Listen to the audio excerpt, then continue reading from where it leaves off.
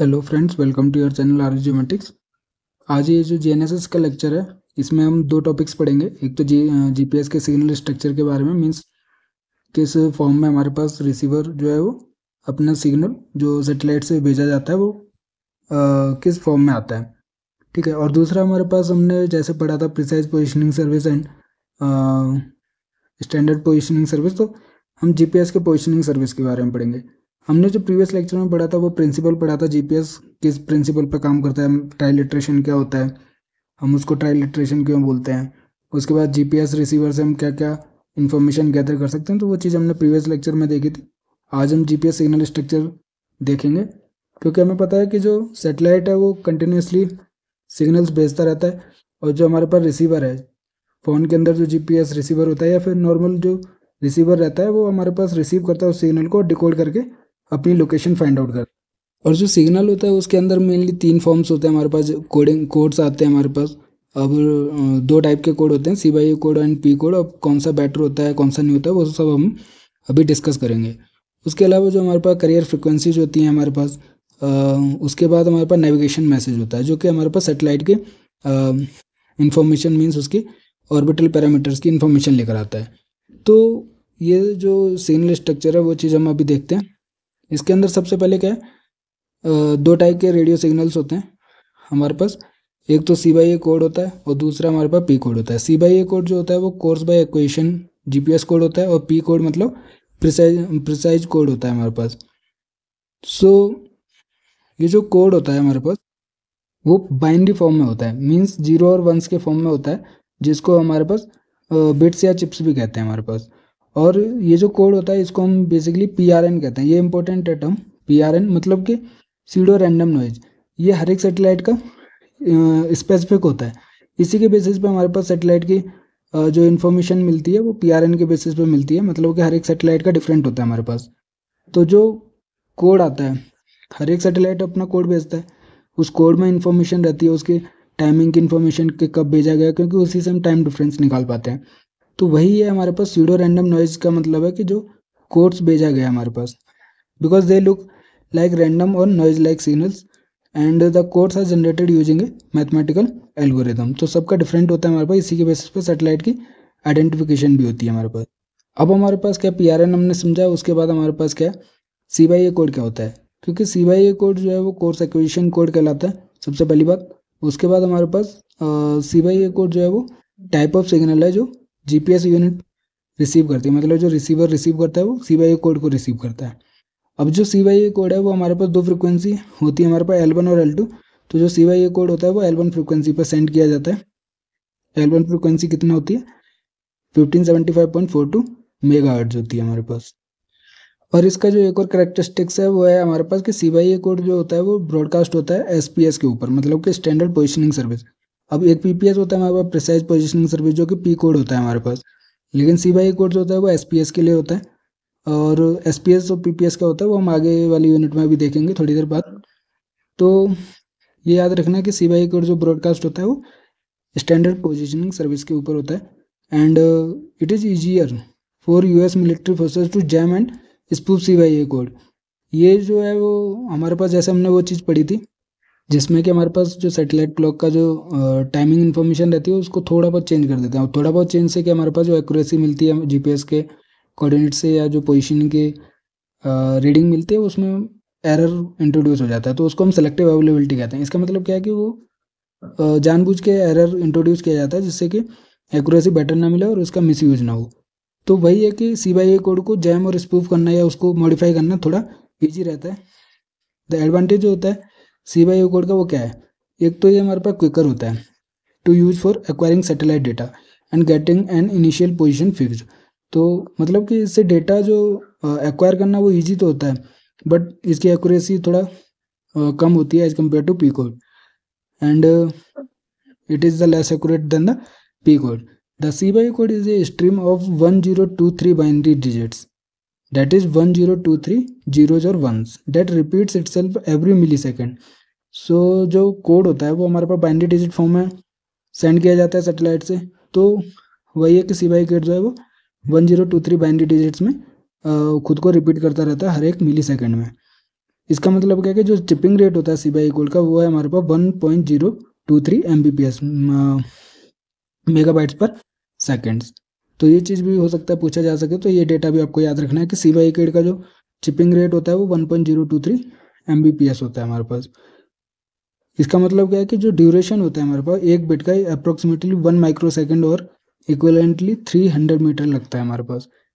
तो इतना ज़्यादा डीप में शायद नहीं पूछेंगे, बट आपको ये चीज़ याद रखनी है। उसके बाद जैम प्रूफ करना ईजी है। तो बहुत सारे पॉइंट्स हैं, आप एक टेबल बना सकते हो जिसमें CBI कोड और पी कोड का आप कंपेरिजन लिख सकते हो। तो सिंपल है, किस फ्रिक्वेंसी पर काम करता है CBI कोड की। सबसे पहले तो फुल फॉर्म ही है जो एग्जाम्स में पूछी जा सकती है। पी कोड और सी कोड हमारे पास कौन सा, फिर कौन सा ईजी होता है और कौन सा ज़्यादा एक्यूरेट होता है। उसके बाद हमारे पास इसका एडवांटेजेस क्या है और जैम एंड स्पूफ किसको ईजिली कर सकते हैं। तो ये सारी चीज़ें हैं। हमारे पास चिपिंग रेट कितना होता है, तो ये सारी चीज़ें आपको एक टेबलर फॉर्म में लिखनी है। लेकिन हर एक जो लाइन लिखी हुई है इसमें वो CBI कोड के बारे में इंपॉर्टेंट है, तो आपको हर एक चीज़ पढ़नी है हमारे पास और समझना है अच्छे से। अगर कोई भी डाउट होता है तो आप कमेंट सेक्शन में लिख सकते हो। उसके बाद हमारे पास सेकंड है जो प्रिसीजन कोड है। नाम से पता चल रहा है प्रिसीजन कोड मतलब कि बहुत प्रिसाइज होता है, एक्यूरेट होता है as compare to the CBI code. तो इसको हमारे पास इजीली जैम और स्पूफ नहीं किया जा सकता है।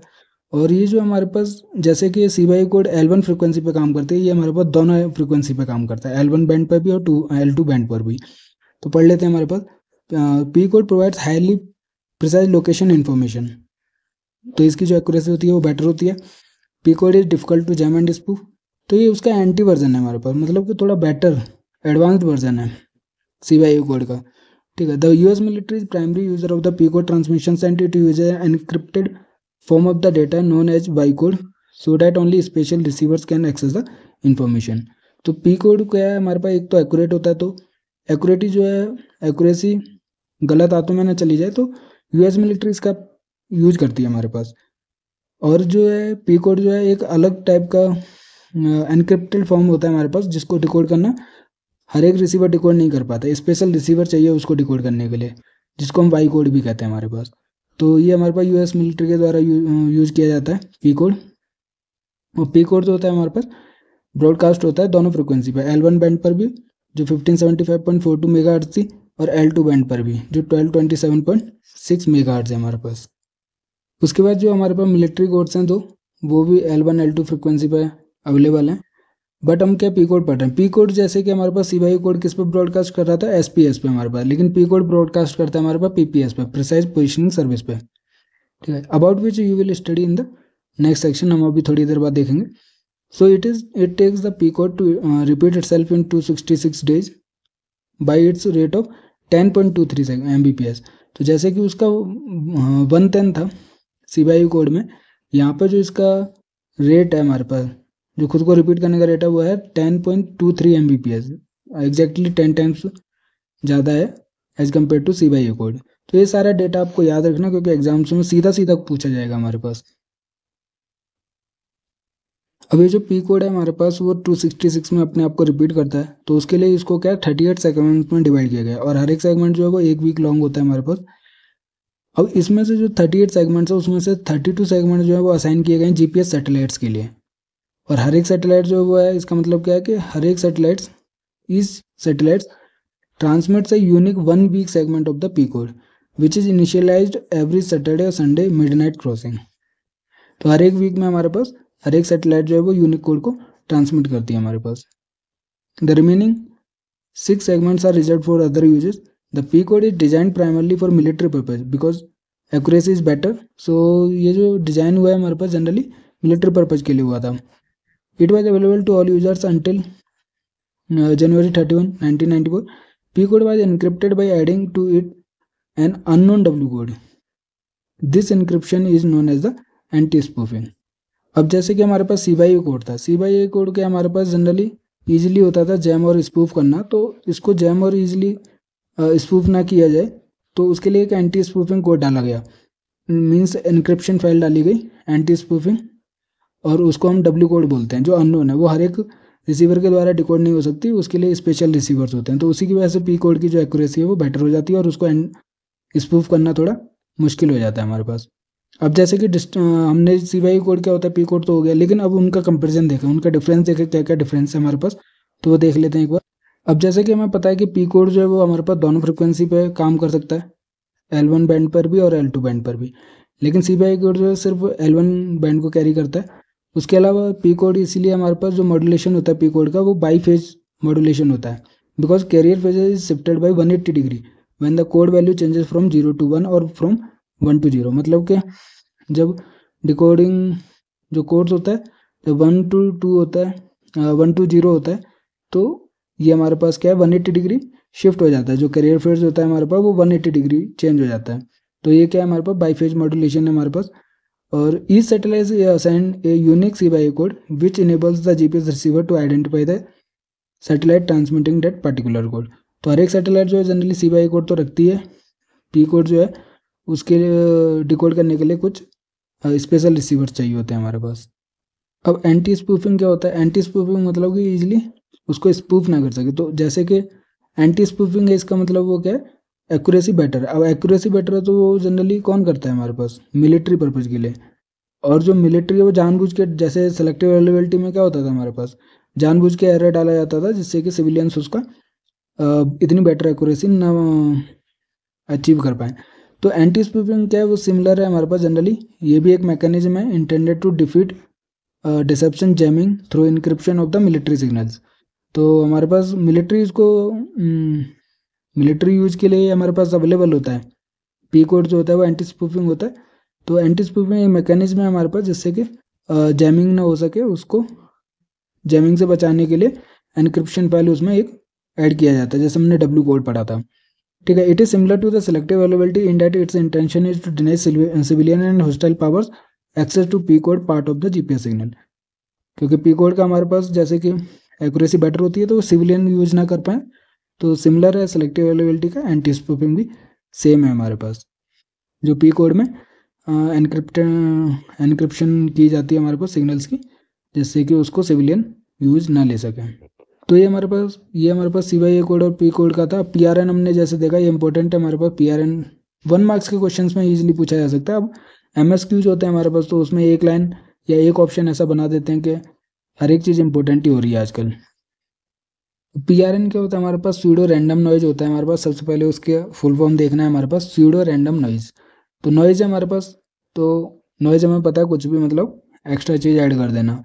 तो ये एक कोड है हमारे पास। और ये PRN जो है हर एक सैटेलाइट का डिफरेंट होता है जिससे कि हम उसका आइडेंटिफिकेशन कर पाते हैं। और ये कोड के अंदर आता ही है हमारे पास। ठीक है, तो PRN कोड क्या है हमारे पास, is any group of binary sequence that appear to be randomly distributed like noise but can be easily exactly distributed. तो हर एक सैटेलाइट को ये हमारे पास होता ही है PRN कोड, और उसी को वो सिग्नल के फॉर्म में ट्रांसफ़र करती है हमारे पास। ठीक है, उसके बाद क्या, जैम एंड स्पूफ का मतलब क्या है कि जो ब्रॉडकास्ट हो रहा है उसको चेंज कर देना। तो फॉल्स सिग्नल हमारे पास, जैसे कि रिसीवर जो रिसीव कर रहा है वो अपना डेटा एक्यूरेट ना होके चेंज होता है हमारे पास, उसमें एरर इंट्रोड्यूस हो जाता है। तो जैम एंड स्पूफ का मतलब है कि broadcast false signals to mislead the receiver. अब जैसे कि हम कंपैरिजन देख ही रहे थे, तो CBI कोड का हमने देखा है कि एक्यूरेसी कम होती है as compare to the P code.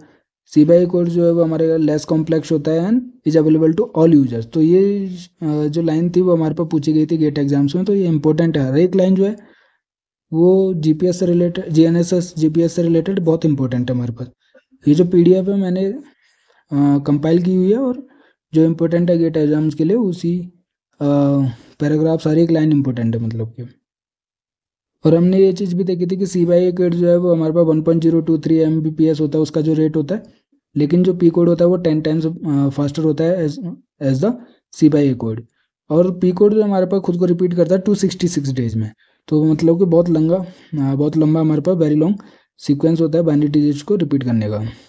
तो ये सारा CBI कोड और पी कोड के बारे में था, जो कि इम्पोर्टेंट है एग्जाम पर्पज़ के लिए। इन दोनों को समझना, अगर कोई भी डाउट है तो आप हमें कमेंट सेक्शन में लिख सकते हो।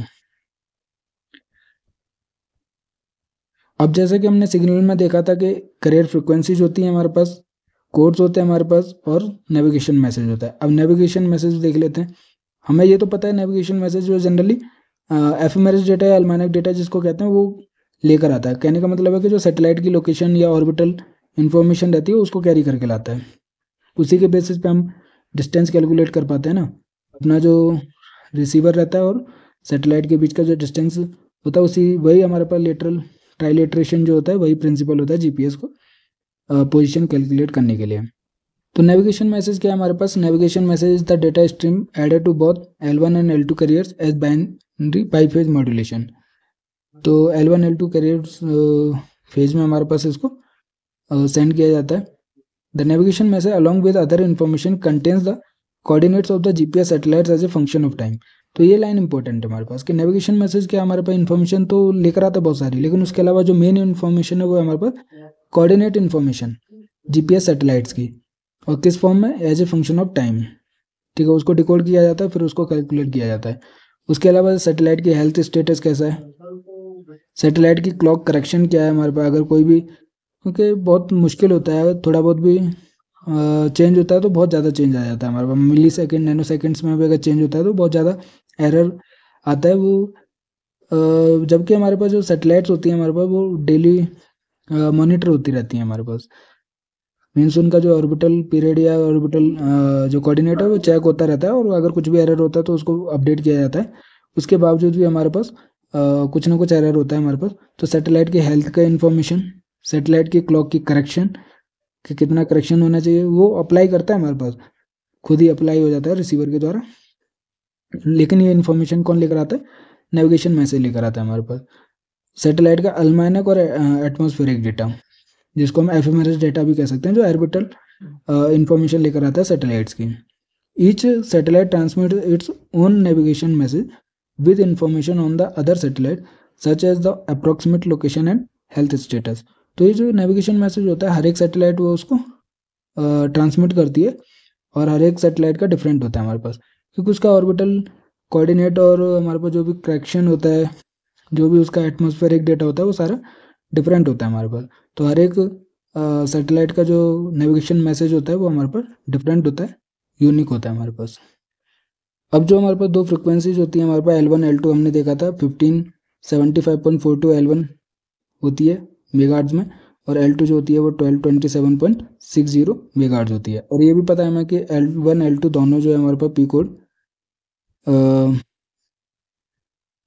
सेंड करता है, और C/A कोड जो है वो हमारे पास वो L1 फ्रिक्वेंसी पे सेंड करता है। ठीक है, तो उसके बाद जैसे जीपीएस फ्रिक्वेंसीज और देयर कोड ये इंपॉर्टेंट है हमारे पास, ये जो है वो 1 मार्क्स क्वेश्चन में पूछा जा सकता है, तो ये जो वैल्यूज हैं वो भी इंपॉर्टेंट है, आपको याद रखनी है। उसके अलावा जो हम बार बार बात कर रहे थे वो था हमारे पास पोजिशनिंग सर्विस। दो टाइप के पोजिशनिंग सर्विस होती है हमारे पास, एक होता है पीपीएस, दूसरा होता है एसपीएस। पीपीएस पी कोड पे कंसिस्ट करता है, और एसपीएस जो है हमारे पास एस कोड को हमारे पास कंसिस्ट करता है, सॉरी C/A कोड को। ठीक है, तो अभी देखते हैं हमारे पास कि जीपीएस पोजीशनिंग सर्विस का होता है, जैसे कि हम बार बार डिस्कस कर रहे थे। तो ये जो जनरली डेवलप हुआ था जीपीएस, वो हमें पता है मिलिट्री सिस्टम के लिए डेवलप हुआ था, बाद में हमारे पास सिविलियन पर्पज़ के लिए डेवलप हुआ। और जैसे कि नाम से पता चल रहा है कौन सा हमारे पास ज़्यादा एक्यूरेट होगा, पीपीएस ज़्यादा एक्यूरेट होता है as compare to the SPS. अभी होता है क्या हमारे पास, जैसे प्रिसाइज पोजिशनिंग सर्विस होता है पीपीएस, एक तो फुल फॉर्म बहुत ज़रूरी है, क्योंकि अगर आपने गेट 2023 एग्ज़ाम दिया होगा जियोमेटिक्स का, तो उसमें हमारे पास फुल फॉर्म के बेसिस पे भी काफ़ी क्वेश्चन है और डाउट्स रहते हैं हमारे पास कि ये होगा या ये होगा। तो इससे बढ़िया कि आप एक बार ध्यान से उसकी फुल फॉर्म जरूर पढ़ें, भले ही सिंपल हो लेकिन एक बार ध्यान से पढ़ना है, क्योंकि गेट एग्जाम्स में थोड़ी सी भी ट्रिक जो है आता हुआ क्वेश्चन गलत हो जाता है और फिर बहुत ज़्यादा फ्रस्ट्रेशन होती है हमारे पास। तो पीपीएस हमारे पास क्या होता है, प्रिसाइज पोजिशनिंग सर्विस होती है हमारे पास, which is primarily intended for military, क्योंकि प्रिसाइज और एक्यूरेसी बेटर होती है हमारे पास, and selected government agency users. Civilian use to permitted but only with special approval of the US department of defence. It is the most precise autonomous positioning and timing service. अब जैसे कि हमारे पास precise positioning service जो है वो एक तो P code पे काम करती है, ठीक है, और पी कोड जो है हमारे पास इसके अंदर जेम और स्पूफिंग नहीं होती, और पी कोड को हम वाई कोड डेटा भी कहते हैं। तो ये इसको रिसीव करने के लिए क्या है, स्पेशल रिसीवर चाहिए होते हैं, ठीक है, हमारे पास। और पीपीएस जो है वो जनरली पी कोड पे ही काम करती है जो सर्विस होती है, क्योंकि जीपीएस से हम क्या पोजीशन निकाल सकते हैं और टाइमिंग सर्विस भी निकाल सकते हैं। तो ये दो चीज़ें सर्विस प्रोवाइड करती है जीपीएस। तो वही है कि हमारे पास प्रिसाइज पोजिशनिंग सर्विस एक्यूरेटली किससे निकलती है हमारे पास, पी कोड से। और पी कोड को कौन हमारे पास वो डिकोड कर सकता है, जनरली परमिशन मिलिट्री को है हमारे पास। अगर हमें खुद सिविलियन पर्पज़ के लिए चाहिए तो हमें क्या अप्रूवल मांगना पड़ेगा यूएस के डिपार्टमेंट ऑफ डिफेंस से। तो ये भी हमारे पास जीपीएस के द्वारा सर्विस प्रोवाइड की गई है और बहुत एक्यूरेटली होती है, जो पी कोड पर काम करती है। मेन हमारे पास ये चीज़ याद रखना कि ये हमारे पास किस पर, पी वाई कोड पर काम करती है। और ये हमारे पास जो एक्सेसिबल है सिर्फ ऑथराइज्ड यूजर्स के लिए हमारे पास, ठीक है। उसके बाद हमारे पास एसपीएस है, ये सभी के लिए होती है और ये सीबाईओ कोड पर काम करती है। ये चीज़ें हम ऑलरेडी पढ़ चुके हैं लेकिन फिर भी एक बार देख लेते हैं। तो एसपीएस जो होता है वो लेस प्रिसाइज होता है as than the PPS. SPS is available to all users world wide and it is free of direct charges, ठीक है।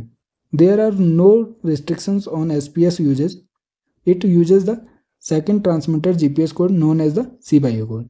तो ये हमारे पास किस पर काम करता है, सीबाईओ कोड पर काम करता है और ये ऑल यूजर्स के लिए फ्री है वर्ल्ड वाइड। उसके बाद ये हमारे पास लेस प्रिसाइज है। तो ये इंपॉर्टेंट पॉइंट्स हैं जो आपको याद रखने हैं। Which is available free of charge for to all users world wide, authorize and unauthorize, means कोई भी उसको यूज कर सकता है। बट इतनी एक्यूरेसी नहीं होती तो इसका मिसयूज नहीं हो पाता है, क्योंकि हमारे पास जैसे कि सेलेक्टिव अवेलेबिलिटी पढ़ा था हमने एंड और स्पूफिंग पढ़ा था और जैम पढ़ा था। तो वही चीज़ है कि this was achieved under the effect of the selective availability.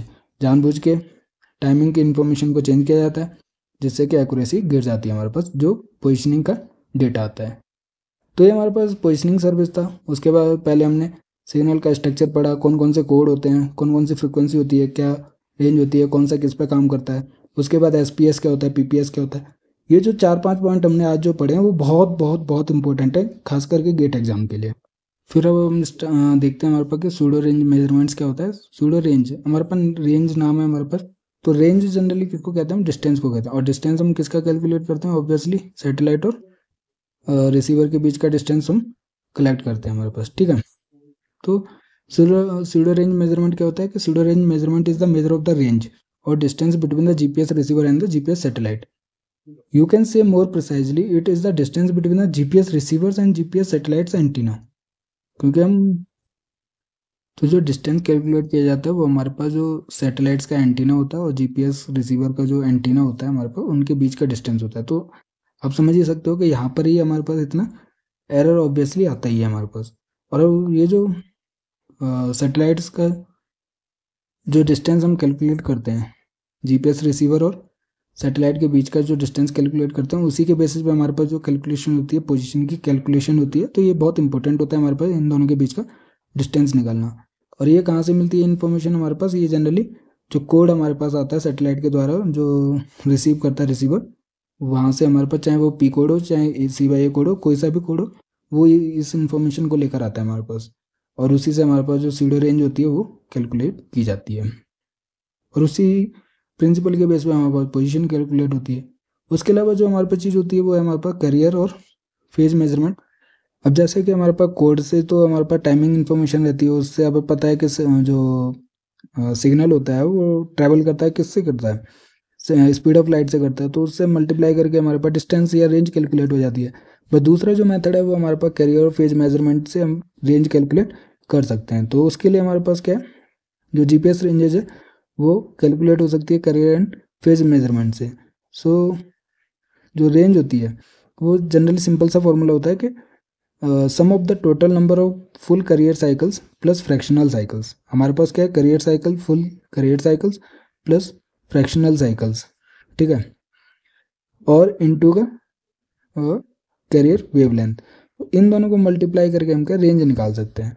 तो ये भी एक तरीका है हमारे पास रेंज को कैलकुलेट करने के लिए। और रेंज कैलकुलेट करना बहुत इंपॉर्टेंट है अपना पोजीशन कैलकुलेट करने के लिए, क्योंकि इसका जो बेसिक प्रिंसिपल जो हमने पढ़ा था उसको हम फॉर्मूला बेस पे भी देखेंगे आगे नेक्स्ट लेक्चर में। बट आज हम समझ लेते हैं कि दो तरीके हो सकते हैं। एक तो कोड से जो इन्फॉर्मेशन निकलती है टाइमिंग इन्फॉर्मेशन, उससे हम रेंज निकाल सकते हैं। और दूसरा हमारे पास करियर फेज मेजरमेंट है। और करियर फेज मेजरमेंट से जो सिंपली फॉर्मूला होता है रेंज निकालने का वो है कि जो फुल करियर साइकिल से उनको ऐड करो फ्रैक्शनल साइकिल से और उसको मल्टीप्लाई कर दो करियर वेवलेंथ से, तो रेंज मिल जाती है हमारे पास। और ये जो साइकिल्स होती हैं वो किसकी होती हैं, रिसीवर और सैटेलाइट की, ठीक है।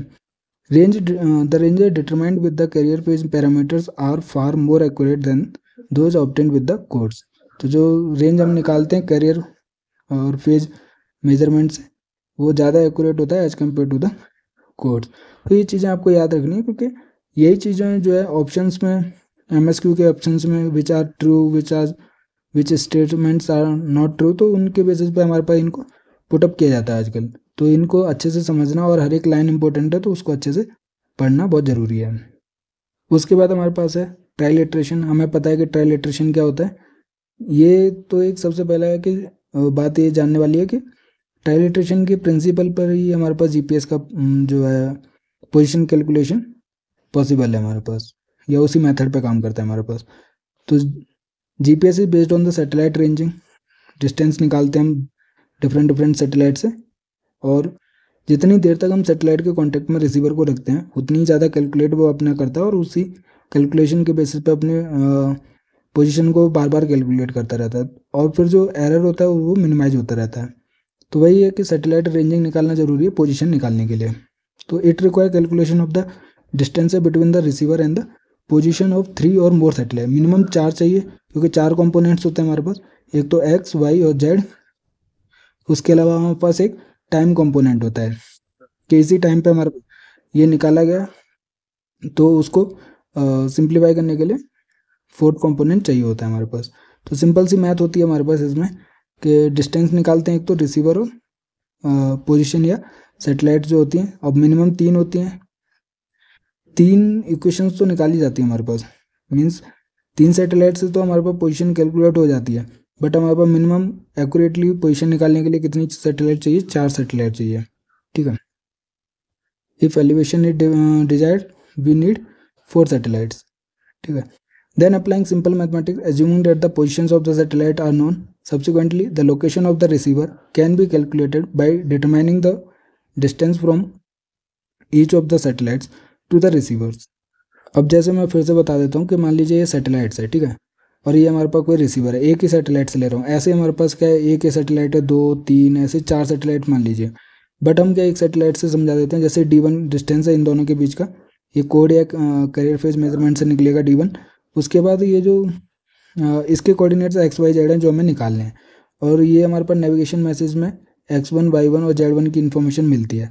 अब हमें पता है कि जो डिस्टेंस होता है D1 वो क्या होगा हमारे पास, x माइनस X1 का whole square plus y minus Y1 का whole square plus Z minus Z1 का होल स्क्वायर। ये सारा फॉर्मूला हम नेक्स्ट लेक्चर में देखेंगे, बट मैं एक बेसिक ओवरव्यू दे रहा हूँ कि ऐसे करके डिस्टेंस पता है हमें, और हमें X1, Y1 और Z1 जो नेविगेशन मैसेज में आता है वो चीज़ पता है हमारे पास। ये क्या है, हमारे पास ऑर्बिटल कोऑर्डिनेट्स हैं सैटेलाइट्स के जो हमें पता रहते हैं। अब हमें निकालना क्या है, XYZ। अब 3 चीज़ निकालनी है तो हमारे पास मिनिमम 3 इक्वेशन चाहिए होती है हमारे पास, और टाइम कंपोनेंट या एलिवेशन चाहिए तो हमें 4th सैटेलाइट जरूरी होता है हमारे पास। तो वही सिंपल सा मैथमेटिक्स है कि assuming that the position of the satellite are known. जो हमारे पास पोजीशन है X1, Y1, Z1 जो हमने देखा वो नोन है हमारे पास, जो नेविगेशन मैसेज में मिलती है हमें। उसके बाद अलावा हमारे पास क्या है, subsequently the location of the receiver can be calculated. जो XYZ थे हमारे पास वो कैलकुलेट किए जा सकते हैं by determining the distance from each of the satellites to the receiver. जो डिस्टेंस था हमारे पास D1 वो अगर कैलकुलेट हो जाता है तो XYZ की वैल्यू निकल सकती है हमारे पास। तो ये ट्रायल इटरेशन है, 3 डिस्टेंस से हम 3 अननोन्स को निकाल रहे हैं, और उसी बेसिस पे हमारे पास पोजीशन निकल रही है, वो जो कि मेन काम होता है जीपीएस का। तो इसीलिए हमारे पास जो प्रिंसिपल होता है वो ट्रायल इटरेशन बेसिस पे होता है। ट्रायल इटरेशन मतलब 3 लेंथ के रिलेटेड हम अपनी आउटपुट या पोजीशन को निकाल रहे हैं। सो जीपीएस टेक्स 3 और मोर known references and measure distances and then triangulates an additional position।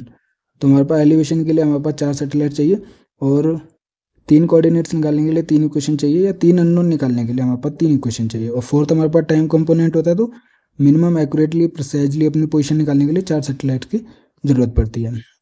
ठीक है। तो ये बेसिक टर्मिनोलॉजी और जो इंपॉर्टेंट है हमारे पास हर एक चीज़ को समझना जरूरी है। अगर कोई भी डाउट है तो आप कमेंट सेक्शन में लिख सकते हैं हमें। अब ये जो हमने अब तक देखा, जो अब वो फॉर्मूला बेसिस पे भी देखेंगे, तो वो हम नेक्स्ट लेक्चर में कवर करेंगे।